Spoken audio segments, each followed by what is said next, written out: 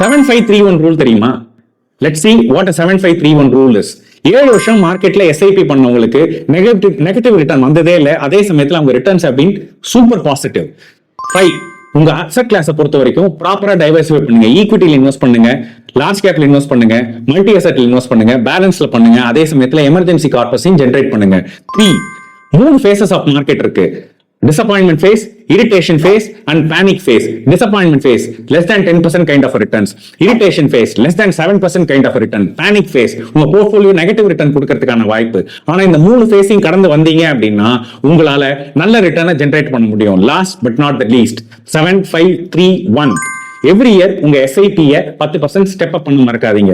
If you are able to consider all these things and to religious investments, உங்க போர்ட்ஃபோலியோவும் நல்லா return generate பண்ணக்கூடிய portfolio மாற்ற முடியும்.